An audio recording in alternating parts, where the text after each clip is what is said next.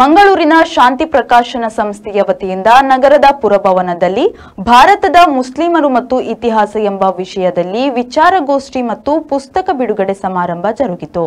KT Hussain ಬರೆದಿರುವ ಅರಫಾ ಮಂಚಿ ಅನುವಾದಿಸಿರುವ ಭಾರತದ ಸಾಮಾಜಿಕ ವಿಕಸನ ಮತ್ತು ಮುಸ್ಲಿಮರು ಎಂಬ ಕೃತಿಯನ್ನ ವೇದಿಕೆಯಲ್ಲಿದ್ದ ಗಣ್ಯರು ಬಿಡುಗಡೆಗೊಳಿಸಿದ್ರು. ಕನ್ನಡ ಅಭಿವೃದ್ಧಿ ಪ್ರಾಧಿಕಾರದ ಅಧ್ಯಕ್ಷರಾದ ಡಾ ಪುರುಷೋತ್ತಮ ಬಿಳಿಮಲೆ ಅವರು ಮಾತನಾಡಿ, ಇತಿಹಾಸ ನಮಗೆ ಭಾರವಾಗದೆ ಕಣ್ಣಿಗೆ ಧೂಳಾಗದೆ ನಮ್ಮ ಜೀವನದ ಬೆಳಕಾಗಬೇಕು. ಭಾರತದ ಇತಿಹಾಸದಲ್ಲಿ ಮುಸ್ಲಿಂ ರಾಜರು ದೇಶವನ್ನ ಆಳಿದ ಮೇಲೆ ಹಿಂದೂಗಳ ಜೀವನದಲ್ಲಿ ಸಾಕಷ್ಟು ಬದಲಾಗಿದೆ ಎನ್ನುವುದನ್ನು ನಾವು ಮರೆಯಬಾರದು. ಭಾರತಕ್ಕೆ ಇಸ್ಲಾಂ ಧಾರ್ಮಿಕ ಶಕ್ತಿಯಾಗಿ ಪ್ರವೇಶಿಸಿತ್ತು. ಅತಿ ವ್ಯವಸ್ಥೆಯಲ್ಲಿ ತುಳಿತಕ್ಕೊಳಗಾದವರು ಆಗ ಆ ಧರ್ಮವನ್ನ ಅಪ್ಪಿಕೊಂಡರು. ಇದನ್ನ ಮತಾಂತರ ಎಂದು ಹೇಳುವುದು ಕಷ್ಟ ಎಂದರು. ನೀವು ಕಳೆದ ಒಂದು ವರ್ಷದಲ್ಲಿ 2024ರ ಅನಂತರ 25ರಲ್ಲಿ ಚಾಲ್ತಿಗೆ ಬಂದ NCERTಯ ಪಠ್ಯಪುಸ್ತಕ, NCERT ಅವರು ಏನು ಮಾಡ್ತಾರೆ ಅಂದರೆ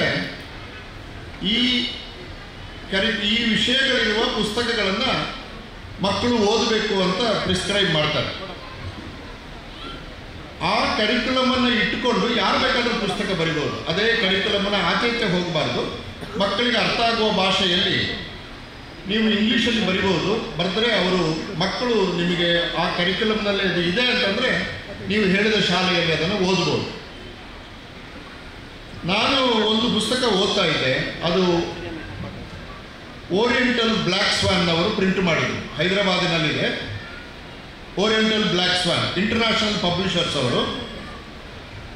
ಅದರ ಸಿಲೆಬಸ್ ಕೊಟ್ಟದ್ದು NCERT ಅವರು ಮತ್ತು ಓರಿಯೆಂಟಲ್ ಬ್ಲ್ಯಾಕ್ ಸ್ವಾನ್ ಅವರು ಅಂತಾರಾಷ್ಟ್ರೀಯ ಮಟ್ಟದ ಪಬ್ಲಿಷರ್ ಆದ್ದರಿಂದ ಓರಿಯೆಂಟಲ್ ಬ್ಲ್ಯಾಕ್ ಸ್ವಾನ್ ಅವರು ಪ್ರಕಟಿಸಿದ NCERTಯ ಪುಸ್ತಕವನ್ನು 6ನೇ ಕ್ಲಾಸಿನ ಮಕ್ಕಳು, ಕೋಟ್ಯಂತರ ಮಕ್ಕಳು ಇವತ್ತು ದೇಶದಲ್ಲಿ ಓದ್ತಾರೆ.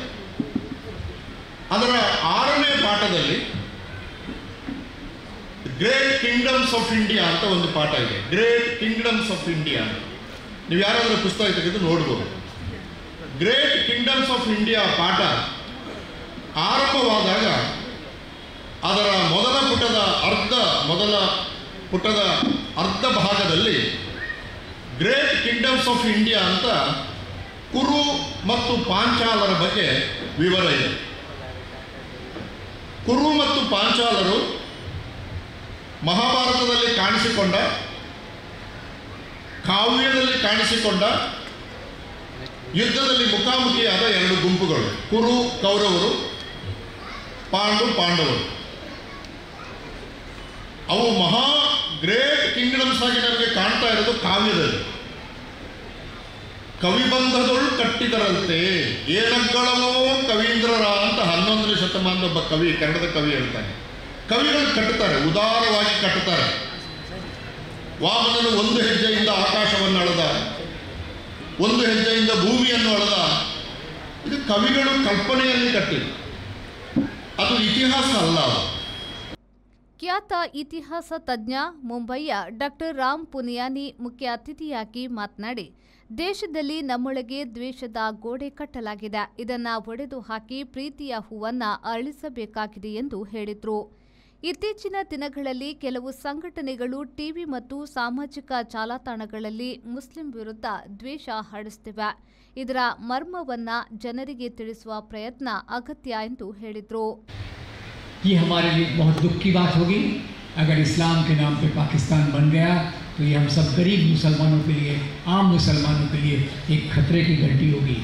और उसमें से कितने नाम गिना दूँ जो महात्मा गांधी के बायां हाथ दायां हाथ लाठियाँ बन के चले.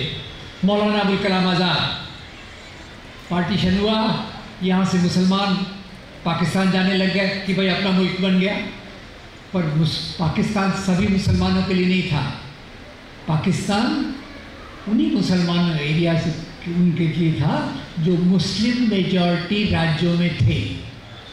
बाकी मुसलमान जहाँ थे उनको वहीं रहने का अधिकार था और यहाँ एक्सचेंज ऑफ पॉपुलेशन की कोई बात नहीं हुई.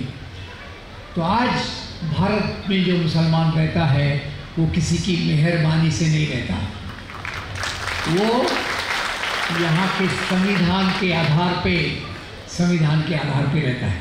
खैर, इसको मैं कट शॉर्ट कर रहा हूँ, मैं आपका ज़्यादा वक्त नहीं लेकर एक दो अपील करना चाहूँगा कि आज ये जो नफ़रत की आग फैलाई जा रही है वो कुछ संगठनों द्वारा फैलाई जा रही है। नीचे से लेकर ऊपर तक सोशल मीडिया, टीवी मीडिया, कानाफूसी के माध्यम से नफ़रत फैलाई जा रही है। ये नफ़रत के आधार पे दंगे करवाए जाते हैं। दंगों के कारण समाज में पोलराइजेशन होता है। और ये यूनिवर्सिटी का रिसर्चर प्रोफेसर साहब कि जहाँ भी दंगे करवाए जाते हैं वहाँ कम्युनल पार्टी पहले से मजबूत हो जाती है। इशारा समझ लीजिएगा। तो हम क्या करें? केवल सेमिनार लेके रुक जाएं? गलत। ये हमारी यात्रा की शुरुआत होगी।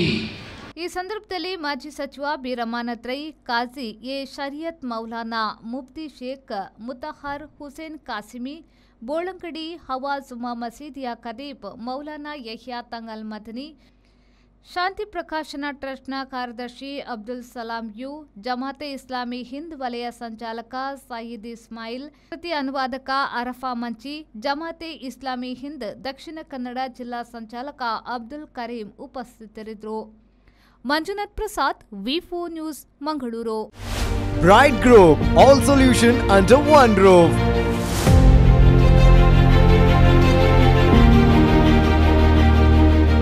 Our concerns: Bright Globe Private Limited, Bright HR Solution and Services, Bright Home Health Care, Bright Security Services. Our services: registration of PF, ESI, PT, LWF and monthly remittance, payroll management, maintaining all statutory documents, manpower outsourcing and recruitment.